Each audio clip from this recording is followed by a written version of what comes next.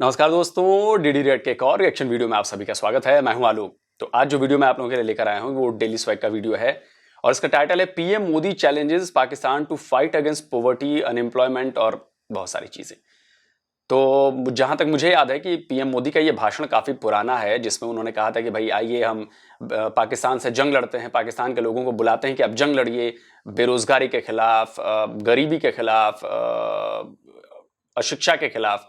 तो चलिए देखते हैं भाई कि शायद वो वीडियो अब इन्होंने दिखाया है पाकिस्तान की जनता को, तो उस पर पाकिस्तान की जनता कैसे रिएक्ट कर रही है, चलिए देखते हैं भाई। इस वीडियो के अंदर है कि नरेंद्र मोदी ने पाकिस्तान को चैलेंज किया कि उन्होंने कहा कि आओ पाकिस्तानी मेरे साथ जंग करो। तो इसके ऊपर मैं पाकिस्तानी पब्लिक मेरे साथ मौजूद है, उनको मैं वीडियो दिखाऊंगा। मेरे साथ एक हाजी साहब आप भी आ जाएं, आपको भी मैं वीडियो दिखाऊंगा। हाई साहब, वीडियो के अंदर नरेंद्र मोदी जो कि इंडिया का प्राइम मिनिस्टर है, उन्होंने कहा कि पाकिस्तान को चैलेंज किया कि मेरे साथ जंग करो। मैं वीडियो दिखाता हूँ, वीडियो देखने के बाद हम बात करेंगे।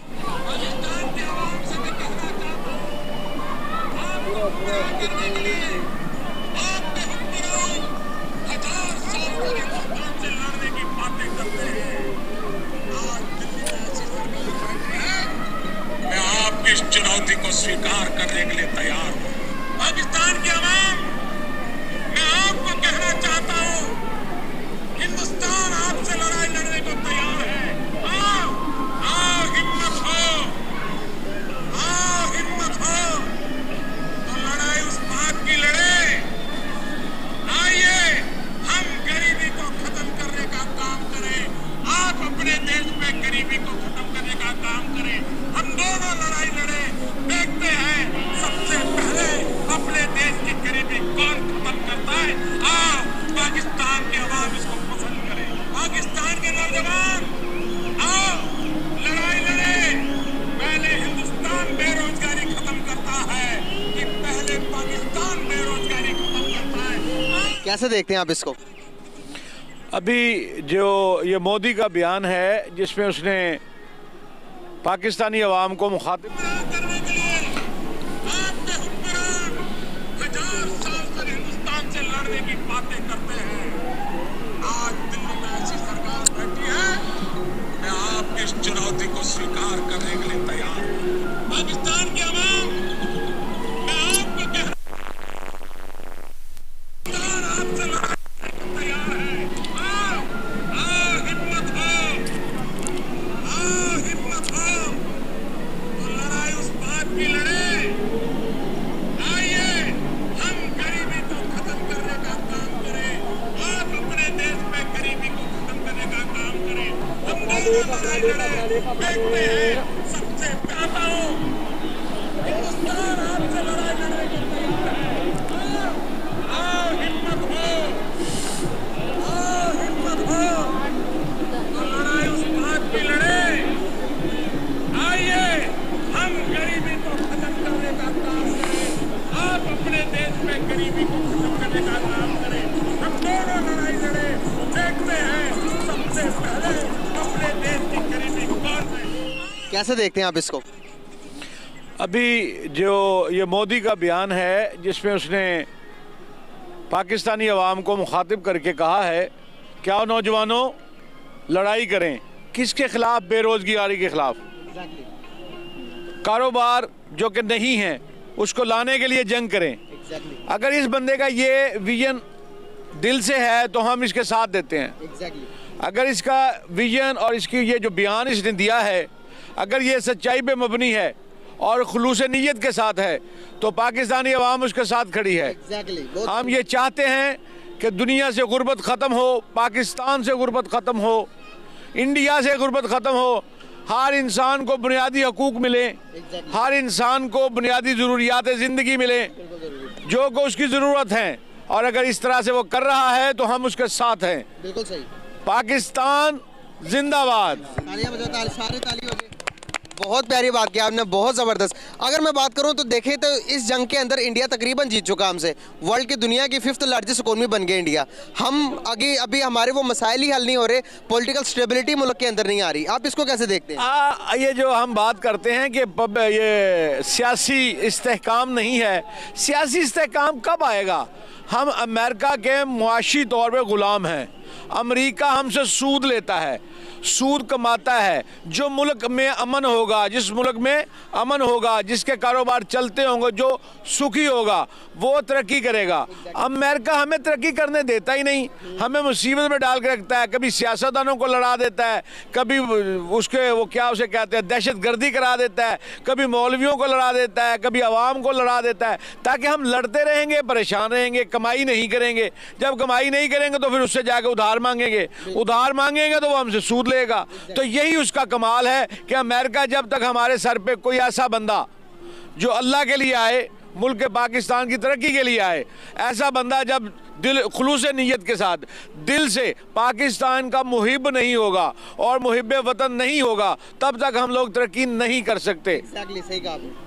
अब ये देखें कि हालात ऐसे हैं कि मुल्क के अंदर कि यहाँ पर कहा जा रहा है कि 75% चांसेस है कि हम बैंक करप्सी की तरफ जा सकते हैं, लेकिन इसी रेस के अंदर हमारा पड़ोसी मुल्क बहुत आगे निकल गया, डेवलप कर लिया अपने आप को। अपने मुल्क के अंदर अगर फॉरेन रिजर्व की मैं बात करूँ, पाकिस्तान के पास इस टाइम तकरीबन $7 बिलियन हमारे फॉरेन रिजर्व पड़े हुए हैं। अगर मैं इंडिया की बात करूँ तो 561 उनके फॉरेन रिजर्व पड़े हुए हैं। हमारे डाउनफॉल पे क्यों जाते हैं, उनके प्लस पॉइंट क्यों जाते हैं? ये बड़ी प्यारी बात आपने की और मैं बड़ा खुशी महसूस करूंगा आपको बताते हुए। जब तक कोई बंदा आके बैठे और वो हाकिम वक्त हो और वो पाकिस्तान के लिए लड़े, पाकिस्तान के लिए कारोबार करे, पाकिस्तान के लिए पैसे इकट्ठे करे, तो फिर पाकिस्तान तरक्की करेगा। और जिसको ये फौज बिठा देती है, उसको तय करके बिठाती है कि तुमने वो करना है कि जो हम कहेंगे। जब वो कहेंगे तो हर बंदा तो अपने लिए पैसे इकट्ठे करता है। इमरान खान साहब ने अपने लिए पैसे इकट्ठे किए, नवाज शरीफ साहब ने अपने लिए पैसे इकट्ठे किए, और अभी मुझे इसकी तहकीक नहीं है, लेकिन 12 अरब रुपए बाजवा साहब के खाते से निकल आए। अब 1200 अरब रुपए जब उनके खाते से निकल आएंगे तो कहाँ से गए भाई? तेल तिलों से निकलता है, कोल्हू से नहीं निकलता। ये जो पैसे हैं ये अवाम के को निचोड़ के 1200 अरब रुपए वो क्या बाजवा साहब के बन गए। तो जब ऐसे लोग आएंगे तो हम इंडिया का मुकाबला कैसे कर सकेंगे? हम किस तरह से कर सकेंगे कि जनाब हम इंडिया के जो रिजर्व पड़े हैं 501 अरब रुपए हैं और हमारे सिर्फ 7 अरब रुपए हैं, तो हमारे तो शुक्र करो 7 अरब भी हैं, वरना बाजवा साहब 700 अरब भी ले जाते तो साहब बराबर हो जाता। बिल्कुल सही सर। फ्रीडम ऑफ स्पीच है पाकिस्तान में? जी, फ्रीडम ऑफ स्पीच कहने की हद तक है, करने की हद तक नहीं है। जो बंदा कुछ कह देंगे चुक के लै जाते हैं। कौन चुक के लै जाते हैं? ये सारे पता जो कहते हैं जी फ्रीडम ऑफ स्पीच है, कोई नहीं है। हो सकता है कल मैं भी ना लभा। नहीं, आप इसी तरह रहेंगे सर। बेसिकली आज अब मैं बात ये करना चाह रहा हूँ, जिस तरह की वीडियो मैंने आपको दिखाई, पॉजिटिव जेस्चर दिखाने की कोशिश की हमारे पड़ोसी मुल्क की, दोनों तरफ मोहब्बत पैदा करने की कोशिश की मैंने। इस तरह की वीडियो आपने कभी सोशल मीडिया पे देखी हो, पाकिस्तानी मीडिया ने आपको दिखाई हो कि इंडिया की तरफ से पॉजिटिव मैसेज देखा? नहीं, मैंने कभी नहीं देखी, बल्कि मैं हैरान हो रहा हूँ। ये अगर इंडिया कह रहा है, ऐसा नहीं है कि मोदी बोल रहा है और पीछे किसी की आवाज़ और हो। मुझे तो इसी तरह से लग रहा है, क्योंकि इससे पहले मैंने कभी नहीं देखी कि इंडिया हमारे लिए अच्छा बोले या इंडिया इखलाकी तौर पे अच्छा बोले। ऐसा कभी नहीं हुआ। हमारा मीडिया दिखाता है इस तरह की अच्छी बात है? ऐसा मीडिया नहीं दिखाता, क्योंकि दिहाड़ियाँ लगी हैं, सब दे लिफाफे लगे ने, हर बंदे दे लिफाफे लगे ने। इमरान खान का प्लाट मलक रियाज सारी दुनिया को इस वक्त ट्रीट कर रहा है, प्लाट्स दे रहा है। अच्छा, वो मदीने होया है, सच्चा बंदा नहीं, वो प्लाट देंदा है। कामरान खान का प्लाट वखरा है, हामिद मीर का प्लाट वखरा है। ਜਿਹੜਾ बंदा जिन्ना वड्डा सहाफ़ी है उतना बड़ा उसका प्लाट आता है, वो प्लाट बन नहीं जाता। आज तक देखो, आपको भी इतनी देर हो गई काम करते हुए, कभी मलक रियाज के खिलाफ कोई खबर नहीं आई। हालांकि वो फरिश्ता तो है नहीं, ठीक है, वो भी चीज़ें खरीदता है, चीज़ें बेचता है, सब कुछ करता है, कमी भी होती है, बेशी भी होती है, लेकिन वो उसके प्लाट हर बंदे के घर में पहुँचे। छोटे से छोटा 5 मरले का प्लाट भी जो है ना, जो सहाफ़ी अभी भुलेखा वाला या जिमें डार साहब ने उन्होंने भी घर प्लाट पहुँच जाता है। जब उनके घर प्लाट पहुँच जाता है तो कौन बोलेगा बहरिया टाउन क्या कर रहे हैं, मलक रियाज क्या कर रहे हैं? सही बात है सर। हमारे पास इतने बिलियनर्स नहीं है जितने इंडिया के पास है। इंडिया की अगर मैं बात करूं तो दुनिया का दूसरा अमीर तरीन आदमी इंडिया में पाया जाता है। हमारे पास तो दुनिया के अगर मैं बात करूं 100वें नंबर पर भी कोई अमीर तरीन आदमी नहीं है। क्या वजूहत है? नहीं, अमीर तरीन हैं लेकिन शो नहीं होते, वो पहले पैसे लगा देते हैं। सहाफ़ियों को पैसे लगे जाते हैं, सहाफ़ी उनका नाम ही नहीं लेते। पाकिस्तान में बहुत अमीर आदमी मौजूद हैं, लेकिन उनको शो नहीं किया जाता, वो शो करते ही नहीं हैं। वो जो इंडियन हैं, वो कारोबारी लोग हैं, वो शो होते हैं, नज़र भी आ जाते हैं। सर, पाकिस्तानी जो अमीर तरीन आदमी उनके रिजर्व शो होते हैं, लेकिन अगर मैं बात करूं दुनिया के सबसे अमीर तरीन आदमी की, जो कि टेस्ला का मालिक है, स्पेस एक्स कंपनी का मालिक है, पता चलता है कि वो टेस्ला बेचकर वो अमीर तरीन आदमी बना। लेकिन जब पाकिस्तान की बात करें, पाकिस्तान का अमीर तरीन आदमी कैसे बने, तो वो ज़राअत कम काम करके, क्या आपको लगता है कि फसल बेच के, फसल उगा के बेच के क्या पाकिस्तान का अमीर तरीन आदमी बन सकता कोई? नहीं जी, फसल बेच के तो आज के दौर में नहीं बन सकता। हमारे सियासतदान बने। हाँ जी, हमारे सियासतदान जहांगीर तरीन साहब बने हैं, उन्होंने जनाब जिवें प्लाट जरदारी साहब भी बने। जरदारी साहब तो बाद बने ना, जरदारी साहब तो पहले अपना सिनेमा होंगे, टिकटा ब्लैक करते होंगे सी, अपने सिनेमा में टिकटें ब्लैक करते थे, ठीक है। उनके अब्बू का सिनेमा था, खुद ही वो टिकटें ब्लैक करते थे, पहले राशिद डलवा लेते थे, फिर वो टिकटें ब्लैक करते थे। तो शौकत तरीन साहब हैं, वो सरकारी मुलाजम थे, जिस बंदे को डराते थे, डरा के उसका प्लाट खरीद लेते थे। यार जो ज़राअत से कोई नहीं बना, ज़राअत से अमीर तरीन कोई नहीं बना, जितने बने हैं 2 नंबरी से बने हैं। अमीर तरीन जो अगर बनना है तो वो अल्लाह के करम से बनेगा, मेहनत करके बनेगा, लेकिन जो भी हुकूमत आती है वो इतने सख्त पैरामीटर्स लगा देती है उस शख्स पे कि वो जनाब काम ही छोड़ के चला जाता है। सही बात है। कामयाब जो अमीर होता है वो 2 नंबरी से होता है, 1 नंबरी से अमीर बंदा नहीं हो सकता। सर हम कहते हैं कि इंडिया का, क्या बात कर रहे हो सर, 2 नंबरी से? आपके यहाँ होते होंगे अमीर 2 नंबरी से। हमारे यहाँ गौतम अडानी हैं या मुकेश अंबानी हैं, टाटा ग्रुप है, ये सब ऐसे ही अमीर नहीं बने हैं। उन्होंने हजारों लाखों लोगों को नौकरियां दी हैं। दुनिया भर के 100 से ज़्यादा देशों में इनके कारोबार चल रहे हैं। सिर्फ इंडिया में ही नहीं कारोबार हैं, इंडिया के बाहर भी कारोबार हैं। और मुझे लगता है कि सिर्फ टाटा कंपनी की जितनी वर्थ है उतनी तो शायद आपके पूरे पाकिस्तान की जीडीपी नहीं है। तो सोचिए, तो ऐसे नहीं है कि 2 नंबरी काम आपके यहाँ होते होंगे, 2 नंबरी काम करके हमारे यहाँ कोई ऐसे अमीर नहीं बन जाएगा। उसके पीछे सालों की मेहनत है, सोच है, विजन है और विश्वास है, भरोसा है, तब जाकर ऐसा हुआ है।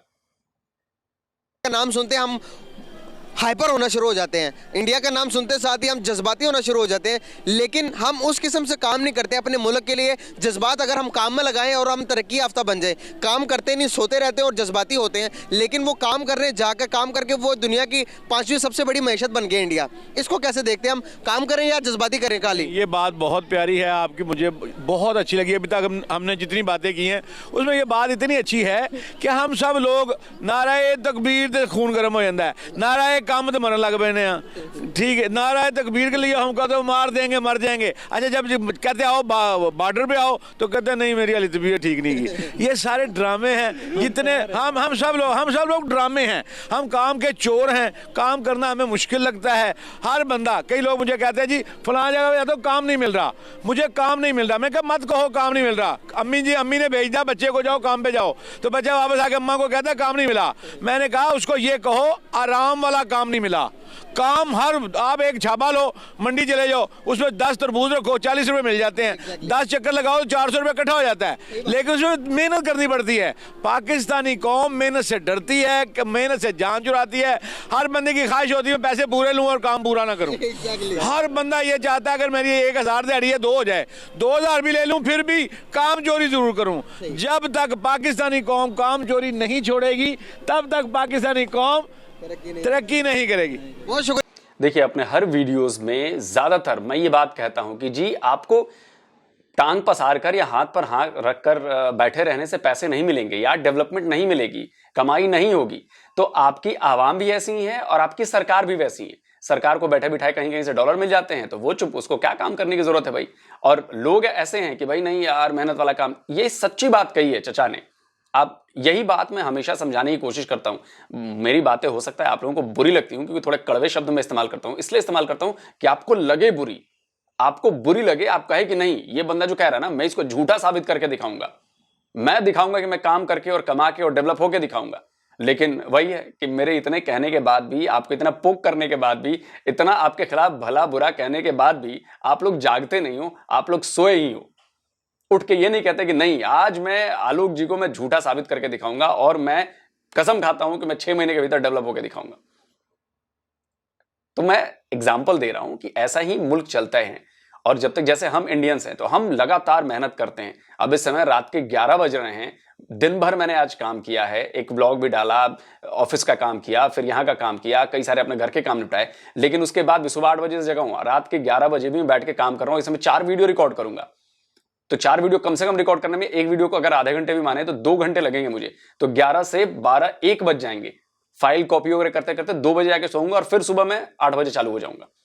तो आप समझिए कि हम मेहनत से नहीं घबराते, हम मेहनत में लगे रहते हैं, डटे रहते हैं। कुछ भी हो, हमारा फोकस क्लियर है, हम जानते हैं कि अगर हम मेहनत करेंगे तो उसका फल मिलेगा, और जब हम मेहनत करेंगे, ऐसे ही सारे लोग मेहनत करेंगे, तो वो चेन रिएक्शन हो जाता है और फिर वो पूरे मुल्क में वो मेहनत का असर दिखने लगता है।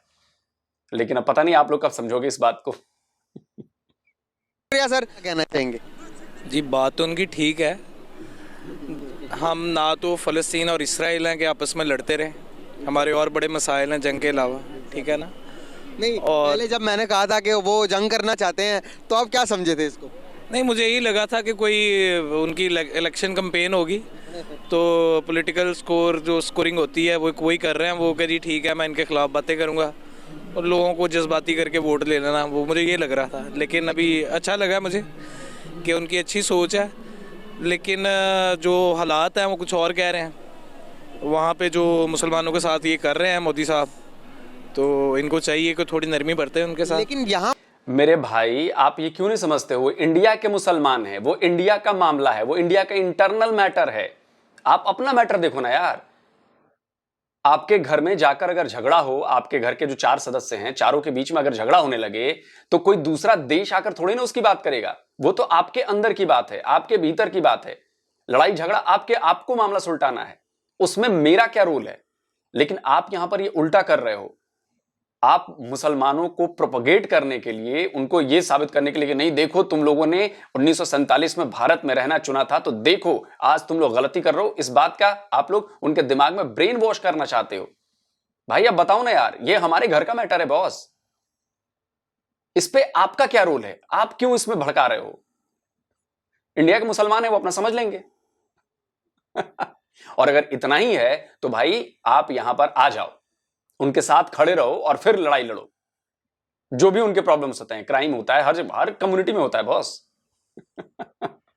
पर हमें ये दिखाया जाता है कि वहाँ पर ये हो रहा है, लेकिन जब वहाँ के मुसलमानों से हम बात करते हैं, वहाँ से हमारा जब इंटरेक्शन होता है उनके साथ, तो वो कहते हैं भाई जहाँ पर तुम अब पाकिस्तान में जितने खुश नहीं हो, हम इतने इंडिया में खुश है। वो एक मिसाल देते हैं हमें, मिसाल इस तरह से देते हैं, कहते हैं कि भाई आप अपनी इकोनॉमी देख लो, कहते हैं कि आप अपनी इकोनॉमी के लिहाज से देख लो और यहाँ की इकोनॉमी देखो। हम खुश इसलिए, अगर हमारी इकोनॉमी डाउनफॉल पर जाती, अगर हम पर जुल्म होता, तो हमारी इकोनॉमी कभी ग्रो नहीं करती।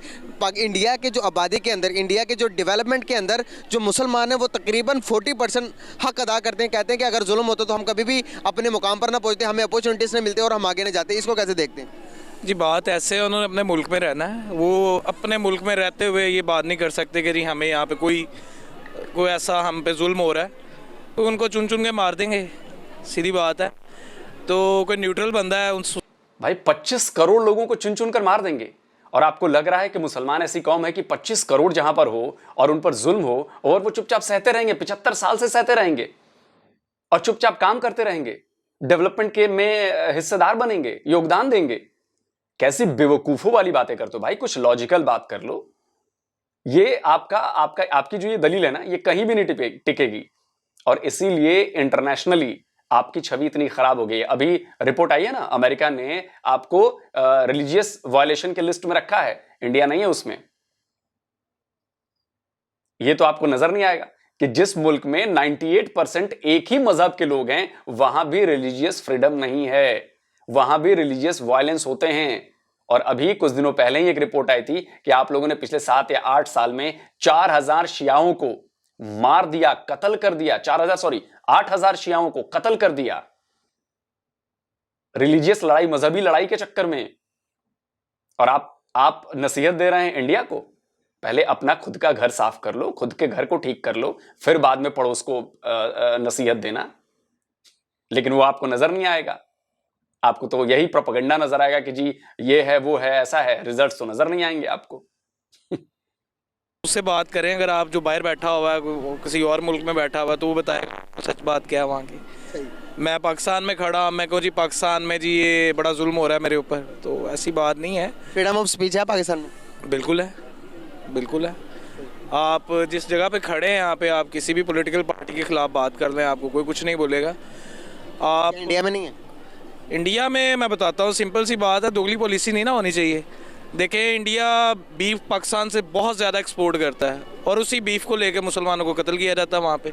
और मैं फिर से जवाब दे दूं आपको, बीफ को लेकर कत्ल नहीं किया जाता, या ये कत्ल ऐसे नहीं होते, गाय को लेकर होते। बीफ में भैंसे का मांस भी आता है, तो आप इसको जनरलाइज मत करिए। गाय हमारे लिए पूजनीय है तो पूजनीय है, और जिस देश में रहना होगा उस देश का कानून मानना पड़ेगा। कानून में है ये बात हमारे यहां। आप हमारे रिलीजियस सेंटिमेंट्स को नहीं भड़का सकते, जैसे हम आपके रिलीजियस सेंटिमेंट्स को नहीं भड़का सकते। वो गलत होगा भड़काना। अब कल को मैं पाकिस्तान में आके कहूं कि नहीं जी शराब तो बिकेगी यार, और शराब तो मैं बेचूंगा शराब, तो क्या होगा मेरे साथ वहां पर, बता दीजिए जरा। आपके रिलीजन में अगर शराब हराम है और मैं वही काम वहां पे आके करूं तो क्या होगा मेरे साथ। वही चीज मैं आपको समझाना चाहता हूं कि हमारे यहां गाय को हम पूजते हैं, और उसकी एक बड़ी लंबी बहस है, वो आज से नहीं है, वो बड़ी लंबी बहस है, और आपको शायद अंदाजा नहीं है। आप अपने किताबों को पढ़ें, उसमें भी आपको इस बात का पता चल जाएगा कि हम क्यों पूजते हैं। आपके यहां भी इस बात की तारीफ की गई है आपके किताबों में, जो हदीस हैं, जो कुरान है, मैं आपको बता रहा हूं। आप ढंग से पढ़ेंगे, आप लोगों को मतलब पता नहीं है, आप जाके ढंग से पढ़िए, तब आपको समझ में आएगा। मतलब जो टॉप 10 कंट्रीज हैं उनमें से एक है जो बीफ के एक्सपोर्टर है इंडिया में। मतलब वो इंडिया जो है बीफ का वो एक्सपोर्टर है जो टॉप 10 की लिस्ट में आता है, और एक तरफ वो कहते हैं बीफ खाना ही नहीं चाहिए। मैं ये नहीं कहता कि वहाँ पर मर्डर्स नहीं होते होंगे, कत्ल गारत नहीं होती होगी, लेकिन एक बात आप सोचें ज़रा, एक मेंटालिटी से, एक दिमाग से एक बात सोचें कि एक इतना बड़ा मुल्क है जिसकी आबादी 1 अरब 25 करोड़ 35 करोड़ लगा लें, 35 करोड़ की आबादी के अंदर जहाँ पर दो कौमें रहती हैं जिनका सोच, जिनके मज़हब, जिनका खुदा, सोचने का सलाहियत सब कुछ अलग है जी, वो एक साथ रह रहे हैं जी, वो एक साथ रह के वहाँ पर अगर लड़ाई झगड़े हो जाते हैं, फॉर एग्जांपल हमारे घर के अंदर भी आपके भाई बहन जितने भी हैं सारे आपस में कभी ना कभी नोक झोंक तो होती होगी कि नहीं? जी बिल्कुल हो जाती है। तो इतने बड़े मुल्क के अंदर जब हल्की फुल्की चीज़ें हो जाती हैं तो इग्नोर करना देना। मैं बताता हूँ आपको, हल्की फुल्की नोकझोंक का कोई मसला नहीं, लेकिन किसी की जान चली जाए ना, जिसका प्यारा गया, उससे पूछे हल्की फुल्की नोकझोंक में जिसका भाई बेटा बाप गया है, उससे पूछे ना उसे क्या तकलीफ हुई है। उससे पूरे का पूरा शहर जला देना, गुजरात नहीं जलाया क्या? ये मोदी के ही हवारियों ने पूरा गुजरात जलाया। पाकिस्तान में कितनी दफ़ा हिंदुओं की आबादी को जलाया गया, मुझे बताएं। एग्जैक्टली यहाँ पर एक चीज़ें यहाँ पर भी हैं सर, मुझे पता है, मैंने माइक उठाया तो चीज़ें यहाँ पर भी, आपको भी पता है चीज़ें हैं, लेकिन मेरा मकसद चीज़ों को उठाना नहीं है, मेरा मकसद चीज़ों को ख़त्म करना है। अगर जब किसी से आप सुलह करने जाएं, आप पिछली बातें खोलेंगे तो वहाँ पर सुलह नहीं, वहाँ पर दोबारा जंग स्टार्ट हो जाती है। मेरा मकसद ये है कि ये मैसेज पहुँचाना था ताकि आपके दिल के अंदर और अच्छी बातें करें, ताकि उधर से देखने वालों के दिल में भी हमारे लिए अच्छी बातें पैदा हो। पुरानी बातें तो हमारी बहुत ज़्यादा है। मैं आपको बताता हूँ, देखें जैसे हमारा मीडिया इंडिया का नाम नहीं लेता, ऐसे आप इंडिया का कोई चैनल उठा लें, XYZ, मैं किसी का नाम नहीं लेता यार, 24 आवर्स होते हैं, उसमें से आपके 12 आवर्स इसी बात पे हो रहे हैं, पाकिस्तान पाकिस्तान पाकिस्तान। भाई हम अपनी सर्वाइवल की जंग लड़ रहे हैं, हम अब खुद ऊपर आना चाह रहे हैं कि हमारी इकॉनमी सीधी हो जाए।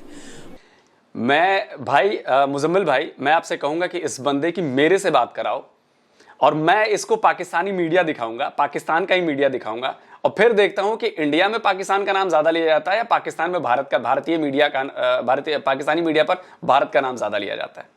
और जिस तरह की भाषा का इस्तेमाल आपके यहाँ के एंकर्स करते हैं, वो चाहे किरण नाज हो, अकबर फिजा खान हो, 2-4 मेल एंकर्स हैं, इन सब की बातें आप सुनोगे ना तो आपको खुद इनको आप पर शर्म होने लगेगी कि ये पाकिस्तानी है और ये पाकिस्तानी मीडिया का मैं दिखाऊं।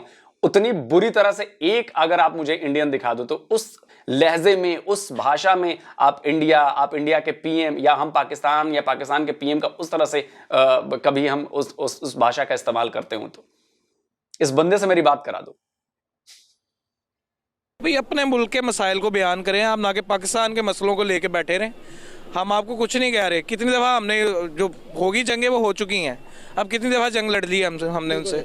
अभी पिछली आया था यहाँ पे कि हम उधर वहाँ पे गए थे, वो यहाँ पे आया था, अटैक उनकी तरफ से हुआ था, फिर हमने उसे चाय पिला के अच्छे तरीके से, जैसे हम मेहमानों के साथ सलूक करते हैं, बहुत अच्छा सलूक किया हमने, चाय पिलाई उसको। और चाय का कप तो आपको पता फेमस है पाकिस्तान में। तो चाय का कप एक तस्वीर मैं भी दिखा देता हूं आपको। आपने तो एक को चाय पिलाई, ये तस्वीर जनरल नियाजी की है। जनरल नियाजी पता है ना, इमरान खान नियाजी नाम है उनका, उन्हीं के खानदान के मुझे लगता है पुरखे उरखे होंगे। तो जनरल नियाजी का ये कप भी बड़ा फेमस है। अब उस समय सोशल मीडिया का दौर नहीं था, नहीं तो इस फेमस को मिटा पाना मुश्किल था। वैसे भी 93,000 को हमने चाय पिलाई है, खाना भी खिलाया है, रहने के लिए बिछौने भी दिए थे, 1.5 साल रखा भी था उनको। 93,000 को आपने तो एक को 48 घंटे में वापस कर दिया, 93,000 को रखा था हमने। और ये कप याद रखिएगा, ये भी टी वॉज फैंटास्टिक। तो चाय भी अच्छी यहाँ की, उसे भी पसंद आई थी। तो हम उम्मीद करते हैं कि वो दोबारा ऐसी गलती नहीं करेंगे। हमारी तरफ से पहल नहीं होती, पहल हमेशा उनकी तरफ से होती। तो हम तो चाहते हैं अमन चाहते हैं, हम कोई जंग नहीं चाहते। हम चाहते हैं कि हम उनके साथ अच्छे, हमारे हमसाए हैं और हमसायों के साथ। जब आपने पहल की बात कर दी है तो मैंने भी ये बात पहले से सोच कर रखा था कि अगर ये बात आएगी तो मैं फिर से वो आपके पाकिस्तानी एयरफोर्स के चीफ रहे हैं असगर खान, बड़े ज़बरदस्त चीफ रहे हैं, उनका बयान सुनाता हूं कि चारों बार पहल आप लोगों ने की। अपने दिमाग से ये प्रोपेगेंडा बाहर निकाल दीजिए, नहीं तो हर बार ये वीडियो दिखा दिखा के मैं आप लोगों को शर्मिंदा करता रहूंगा और आप लोगों की पोल खोलता रहूंगा। देखिए, जंग हमने शुरू की थी 65। आप बड़े 5-6 दफा बोला हूं, हमने हर जंग हमने शुरू की। 71 की वो क्या उसकी क्या अवामिल थे वो भी जरा बता दें। हमने पहल की, मारना शुरू किया उनको, तो वो हमने शुरू की जी। इंडिया ने पहल नहीं की। और करगिल में हमने शुरू की, कारगिल में भी हम जिम्मेदार थे। हाँ बिल्कुल, ये मुशर्रफ साहब ने। क्यों ऐसा हम क्यों करते हैं? ऐसा करके हमें क्या मिलता है? बाद में तो हम पशेमान होते हैं, बाद में निदामत हमें ही होती है। लोग रिएक्ट नहीं करते, लोग सुनना नहीं पसंद करते। मैं हिंदुस्तान की हिमायत नहीं कर रहा, हकीकत बयान कर रहा हूँ। मैंने अर्ज किया ना, ये बिल्कुल गलत है। 60-65 बरस में उनने कोई हमला नहीं किया हम पे, हमने किया है पहल। तो हर बार पहल आपने की है, इंडिया ने पहल नहीं की है कभी। ये जो घुट्टी पिलाई गई है, झूठी घुट्टी, जो ये प्रोपेगेंडा इंडिया के खिलाफ फैलाया जाता है, आप लोगों के दिमाग में, जहन में बिठा दिया गया है, ये अब नहीं रहने वाला। मैं ये दिखा दिखा के आप लोगों की इस प्रोपेगेंडा को तो तोड़ ही डालूंगा, ये याद रखिएगा। अच्छे तरीके से रहना चाहिए। सारी बातें कर के एंड पे हमसा है। ये देखिए ना, जब मोहब्बत करना हो, जब आपस में इत्तेफाक से रहना हो, तो फिर पिछली बातें नहीं करते। सर बात ऐसे है, मोहब्बत टू वे होती है ना। ये नहीं कि हम कहते हैं जी हमारे भाई हैं, भाई वो ना समझे तो हम फिर क्या करें। जो मुसलमान है, जो मुसलमान के अलावा भी अगर वहाँ पर रहते हैं तो भाई है ना। पाकिस्तान ने अब कितनी दफ़ा एयर स्ट्राइक की है, अभी वो रिसेंटली मुझे बताएं। एयर स्ट्राइक की थी ना उन्होंने, तो हमने तो नहीं की। तो उनके सियासतदान पागल हुए ना, उनकी पॉलिटिकल पार्टीज़ पागल हुई हैं कि इंडिया जब चढ़ाई कर देगा पाकिस्तान में। हमने चूड़ियाँ नहीं पहनी, लेकिन बात ऐसे कि बराबरी की सतह पे बात होती है। आप ठीक है, आप हमसे बहुत ज़्यादा बड़ा मुल्क है। वो 93,000 ने चूड़ियां पहनी थी जिनका सरेंडर हुआ था, जिन पर आज तक आपकी सेना सफाई दे रही है। पहली बार आपके आर्मी चीफ तक को सफाई देनी पड़ी 50 साल 51 साल बाद कि हाँ जी हम तो हारे थे, सरेंडर हुआ था। संख्या थोड़ी कम बता दी, 34,000 बता दी, वो थी 93,000, बता दी 34,000। बड़ी जल्दी भूल जाते हैं। और एक एयर स्ट्राइक की थी। एयर स्ट्राइक किस पे की हमने? क्या पाकिस्तान की आवाम पर एयर स्ट्राइक की या पाकिस्तान की सेना पर एयर स्ट्राइक की? इस सवाल का जवाब दे दीजिए। दोनों में से किसी पर नहीं की हमने टेरर कैंप पर हमला किया। हमने टेरर कैंप पर हमला किया। आप कहते हो जी दरख्त टूट गए, 5 कौवे मर गए, चलिए मर गए। आपकी सेना क्या कर रही थी? आप कह रहे थे चूड़ियां नहीं बन गई थी, क्या कर रही थी सेना आपकी? आपको घुस कैसे गए हम वहां पे? घुसने कैसे दिया आपने? आपका डिफेंस कमजोर है ना, तभी ना। खैर चलिए, आबादी के लिहाज से इकॉनमी भी हमसे अच्छी है, मैं इस चीज़ को एक्सेप्ट करता हूँ। फर्स्ट ऑफ ऑल तो नरेंद्र मोदी का जो पैगाम है ना, ये कोई एटम की जंग का नहीं है या बंदूक की जंग का नहीं है। जो उन्होंने जंग कही है ना, वो कही है कि आवाम जो है ना, वो जो नफ़रत की पींगे झूल रहे हैं हिंदुस्तान में या पाकिस्तान में, ठीक है, ये बड़ा अच्छा एक स्टेटमेंट है उनका। मैं समझता हूँ ये ऐसे स्टेटमेंट होने चाहिए, ठीक है। खित्ते में अमन के लिए ये अच्छा पैगाम है उनका, अच्छा गेस्चर है। उन्होंने ये कहा है कि मैं चाहता हूँ कि हिंदुस्तान की आवाम नफ़रतें ख़त्म करे और पाकिस्तान की आवाम भी नफ़रतें ख़त्म करे। जो यंग जनरेशन है वो मिल जाए, वो खित्ते में ऐसे काम करे, मिल के हम काम करें। असल में उनका ये मैसेज था कि पाकिस्तान और हिंदुस्तान इकनॉमिक कॉरिडोर जो है ये ओपन होना चाहिए, यानी कि बाहमी तिजारत होनी चाहिए। अगर बाहमी तिजारत होती है तो सपोज़ आप जो चीज़ें एक्सपोर्ट कर रहे हैं लंदन से, अमेरिका से या यूके से, ठीक है, तो आप ये आपके चंद कदम पे आपका इंडिया है, ठीक है। तो वाई नॉट यू, आप उनके साथ क्यों नहीं डेलीगेशन करते, आप मुज़ाकरात क्यों नहीं करते उनके साथ? कह रहे कंप्रोमाइज़ करें ना, क्योंकि हाँ हमारा जो कश्मीर का मसला है वो भी हल होना चाहिए ना। हमें कश्मीर भाइयों को नहीं भूलना चाहिए। और बाकी हम बात ज़रूर करना चाहते हैं कश्मीर के हवाले से। नरेंद्र मोदी जी को चाहिए कि हमें उनकी बात बड़ी अच्छी लगी है। उसने कहा है कि पाकिस्तान के नौजवानों को मैं ये पैगाम देता हूँ कि वो अपनी नफ़रत ख़त्म करें, हिंदुस्तान के नौजवान अपनी नफ़रत ख़त्म करें। तो नफ़रत की एक लाइन खींची है ना, तो उसको ख़त्म करना पड़ेगा। वो नफ़रत की लाइन जो है वो है आज़ाद कश्मीर, ठीक है। कश्मीर को आप बाहमी अफ़ीम व तफ़हीम के साथ सियासी पॉलिटिकली फ़ोरम पे हल करें। अक़वाम मुत्तहिदा के कानून के मुताबिक जो उन्होंने कहा है वैसे आप डिवीज़न कर दें। हम अपना हिस्सा तस्लीम करें, आप अपना हिस्सा तस्लीम करें। आप हमारी तरफ तिजारत बढ़ाएं, हम आपकी तरफ तिजारत बढ़ाते हैं। हम खित्ते में ऐसा एक इनकलाब लाएं जो हम कहते हैं ना कि हम यूके जा रहे हैं, कनाडा जा रहे हैं, अमेरिका जा रहे हैं, ठीक है, या इवन किसी और कंट्री जा रहे हैं। हमारे यहाँ लोग आ सकते हैं। मैं ये आपको दावा करता हूँ, पाकिस्तान और हिंदुस्तान की ज़मीन ऐसी है जो इंतहाई कीमती असासा है दोनों ममालिक के माबैन, क्योंकि ये ज़रई एरिया है सारा। सब कॉन्टिनेंट में सबसे बड़ा मुल्क है आपकी तिजारत में। चावल वहाँ ज़बरदस्त होता है हिंदुस्तान में, कपास शानदार होता है, गन्ना शानदार होता है, ठीक है, आलू टमाटो सब चीज़ें अच्छी ज़बरदस्त होती हैं और पाकिस्तान में भी होती हैं। वजह क्या है? हम तिजारत बाहमी तौर पे नहीं करते। हम दोनों एक दूसरे के साथ जो रवैया रखते हैं वो हमारे लिए दोनों के लिए नुकसानदेह है।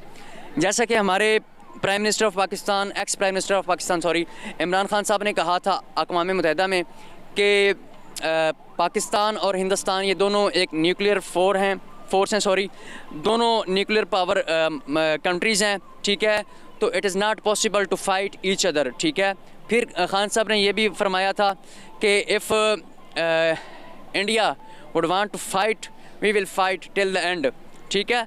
तो हम फाइट हरगिज़ नहीं चाहते। आपको पता है चाहते हैं, हम पीस चाहते हैं, हम पीसफुल लोग हैं। पीस एक मिनट, वो जो कचरा आपने उठाया था वो उठा के डस्टबिन में फेंको। बहुत शुक्रिया, पाकिस्तान हमारा साफ रखना हमने से। देखें, जंगें जो है ना वो आसान नहीं होती किसी भी कौम के लिए। हिरोशिमा नागासाकी पे जो एक बम फेंका था किसी दौर में जापान ने, ठीक है, तो आज तक उसके जो कॉन्सिक्वेंसेस हैं, जो असरात हैं, वो कायम है, ठीक है। तो इस तरह के मैंने आपको ये मैसेज दिखाया इस तरह का वीडियो में, आपने कभी इस तरह का पॉजिटिव मैसेज अपनी मीडिया में देखा था? मेन स्ट्रीम मीडिया की बात कर रहा हूँ मैं, इस तरह का पॉजिटिव मैसेज देखा था आपने कभी? नहीं, हमेशा बात को ना तोड़ के बयान किया जाता है। जैसे वो कहता है कि मैंने जंग करनी है, आगे पूरी बात नहीं सुनी गई। पहले मैंने भी यही कॉन्सेप्ट में अपने तख़य्युल किया कि मोदी जी ये कह रहे हैं कि मैंने जंग करनी है, बंदूक की जंग करनी है या कोई पावर लगाना है, ठीक है। लेकिन उन्होंने जो बात की ना, पूरी बात सुनने के बाद बात समझ आई कि वो कहना क्या चाह रहे हैं। एग्जैक्टली। आप कैसे देखते हैं इसको? जी बस भाई ने कह दिया है, जो भाई कहेंगे वही सही है। ठीक हो गया यार, बहुत अच्छा लगा भाइयों आप लोगों से बात करके। बस यही मैसेज था, ये मैसेज इंडिया की तरफ से हमारे लिए आया और मेरा काम था कि जो तोड़ मरोड़ के नहीं, जो जैसे आए थे एक्यूरेट आपको दिखाना और पॉजिटिव मैसेज था। मेरा मकसद ये है कि दोनों मुल्कों के दरमियान मोहब्बत पैदा हो, जो कि नफरतें ख़त्म हो जाए, जो कि हमारे बीच में जो कड़वाहटें हैं वो ख़त्म हो जाए। पहले जिस तरह से एक थे दोबारा से वैसे होने का हमें मौका मिले। और बहुत अच्छा लगा आपसे बात करके। Thank you so much and nice to talk with you. चले दोस्तों, वीडियो तो ख़त्म हो गया और बात नफ़रत ख़त्म करने की हो रही थी, लेकिन बीच बीच में इतने नफ़रती चिंटू आ गए कि क्या कहें, नफ़रती लोग बड़े आ गए। भाई ने कहा कि जी nuclear bomb, Nagasaki, Hiroshima, Japan, हमारे पास भी बॉम्ब है। और यूएन में जाके एक्स पीएम ने कहा कि जी हम न्यूक्लियर नेशन हैं। तो 99 में भी तो न्यूक्लियर नेशन थे जब लड़ाई हुई थी करगिल की। और दूसरी बात कि पाकिस्तान के लोग भले ही ना जानते हों कि अगर न्यूक्लियर वॉर हुई इन दोनों देशों के बीच में तो उनका क्या होगा। उन्हें तो लगता है कि यार न्यूक्लियर बॉम्ब है, चला दो चला दो चला दो। हमारा तो जो होगा वो होगा, आपका क्या होगा ये मैं आपके लोगों की ही जुबानी सुनवा देता हूं, सुन लीजिए जरा। ये जो अनपढ़ों का टोला यहाँ फिरता है ना, बड़ा एटमी जंग और ये सजा के रखा हुआ है और ये डेकोरेशन पीस है, इन चाहलों ने पढ़ा ही नहीं किया एटम बम होता क्या है। अब 1 अरब से ज्यादा की पॉपुलेशन है, हम है 17 करोड़। सोच लें कि हिंदुस्तान और पाकिस्तान के दरमियान एटमी जंग हो जाती है, आपका 18 करोड़ गया, आपने 4 गुना ज्यादा बर्बाद कर दिया। कितना? 80 करोड़। वो फिर 20 करोड़ का मुल्क है। कोई होश के नाखून लें, ये पागलों का इधर एक हजूम है, ये एक अजीब तरह का कन्वीन। ये वाहिद कौम है जो अपनी बर्बादी की खबरों का जश्न मनाती है। We have no nuclear threat. This stupid idea of we are nuclear power. Who are you going to use your nuclear weapons against? If you use one, you will get destroyed. And if you use it, we'll destroy Pakistan. It's not at all necessary. and one or two bombs in Pakistan will finish Pakistan, but won't destroy India. बात समझ में आई? हम तो फिर भी 25, 30, 40 करोड़ की मुल्क बच जाएंगे। आपके यहां तो एक मुल्क के नाम पर रोने वाला भी नहीं बचेगा। और ये मैंने नहीं कहा, ये आपके यहां के लोग कह रहे हैं, जो पढ़े लिखे हैं, समझदार हैं, आपकी तरह जाहिल नहीं है, पढ़ लिख कर भी जाहिल नहीं है। तो ये धमकी किसी और को दीजिएगा, ये बात किसी और को बताइएगा कि जी हम एटमी ताकत हैं। एटमी ताकत होने का मतलब ये नहीं है कि आप एटम बम चला देंगे और हम छोड़ देंगे। फिर तो वही होगा जो आपके यहां के लोग कह रहे हैं कि हम तो फिर भी बच जाएंगे। हाँ, नुकसान होगा, हमारा भारी नुकसान होगा, लेकिन फिर भी हमारा देश तो बच जाएगा, पाकिस्तान नहीं बचेगा। ये याद रखिए। दूसरी बात कि मोदी जी ने यह बात बहुत पहले कही थी, और जब तक पाकिस्तान के लोग कश्मीर के माइंडसेट से बाहर नहीं निकलेंगे, जब तक, और कश्मीर के नाम पर ही जो लेटेस्ट हुआ ना, कश्मीर के नाम पर ही हुआ कि आपके एक्स-पीएम ने कारोबार को बंद कर दिया, इंडिया के साथ सारे संबंध खत्म कर दिए। उसी का नतीजा है कि टमाटर 300 रुपए किलो खा रहे हो आप लोग। उसी का नतीजा है कि चीनी की किल्लत हुई पड़ी है। उसी का नतीजा है कि वीट जो है आपको रशिया से खरीदनी पड़ रही है। वो हम दे देते आपको, लेकिन नहीं, चारों जंग आपने शुरू की, और जंग किसी के लिए अच्छी होती नहीं है। हम तो डेवलप कर गए जंग के बाद भी, 4 जंग लड़ने के बाद भी हम दुनिया के 5th इकोनॉमी बन चुके हैं। आप कहां गए 4 जंग लड़ने के बाद? तो नुकसान किसका हुआ, भारत का या पाकिस्तान का? इंडिया की इकोनॉमी पहुंच गई 3.5 ट्रिलियन, आप घुस गए हो। ताजा आंकड़ा पता है, 6 पॉइंट समथिंग बिलियन डॉलर्स का आपका फॉरेक्स रिजर्व बचा है। बस बातें बड़ी बड़ी कर लो। अफगानिस्तान का फॉरेक्स रिजर्व आपसे ज्यादा, बांग्लादेश का ज्यादा, नेपाल का ज्यादा, इंडिया से तो कंपेयर ही नहीं है। एकदम लेटेस्ट आंकड़ा आया है, आज ही आया। बस बातें बड़ी बड़ी कर लो। पीएम मोदी ने बात 4-5 साल पहले कही थी, या 2-3 साल, मैंने एग्जैक्ट याद नहीं मुझे। आप जाके रिपोर्ट पढ़ो, इंटरनेशनल एजेंसी IMF, उसके मुताबिक एक्सट्रीम पॉवर्टी हमने 1% से नीचे ला दिया है। पिछले 15 साल में हमने 415 मिलियन लोगों को गरीबी से हटा दिया है। आप समझ रहे हैं ये क्या है? ये है इंडिया की प्रोग्रेस, ये है इंडिया के सरकार का विजन, ये है इंडिया के सरकार की पॉलिसीज। हमने अपने हेल्थ सेक्टर पे काम किया, हमने अपने इंफ्रा पे काम किया, हम अपना IT बढ़ा रहे हैं, हम अपना एक्सपोर्ट बढ़ा रहे हैं। आपका तो सब डिक्लाइन हो रहा है। बस बातें बड़ी बड़ी करवा लो। कश्मीर की आजादी तक जंग रहेगी, जंग रहेगी। बस इसी से आपको रोजगार भी मिल जाता है, इसी से आपका पेट भी भर जाता है, इसी से आप डेवलप भी हो जाते हो, इसी से आपको सारी सुविधाएं मिल जाती हैं, इसी से आपको सड़क भी मिल जाती है, ट्रेन भी मिल जाती है, हवाई जहाज भी मिल जाता है, सब कुछ मिल जाता है। तो फिर जब इसी से मिल रहा है तो करिए भाई। देश आपका है, उसको आगे बढ़ाना आपको है, उसको डेवलप करना आपको है, उसको डिस्ट्रक्ट करना भी आपको है, उसको डिस्ट्रॉय करना भी आपके हाथ में। और रिजल्ट बता रहे हैं कि पाकिस्तान के साथ क्या हो रहा है। तो जल्दी मिलता हूं एक और नए वीडियो के साथ।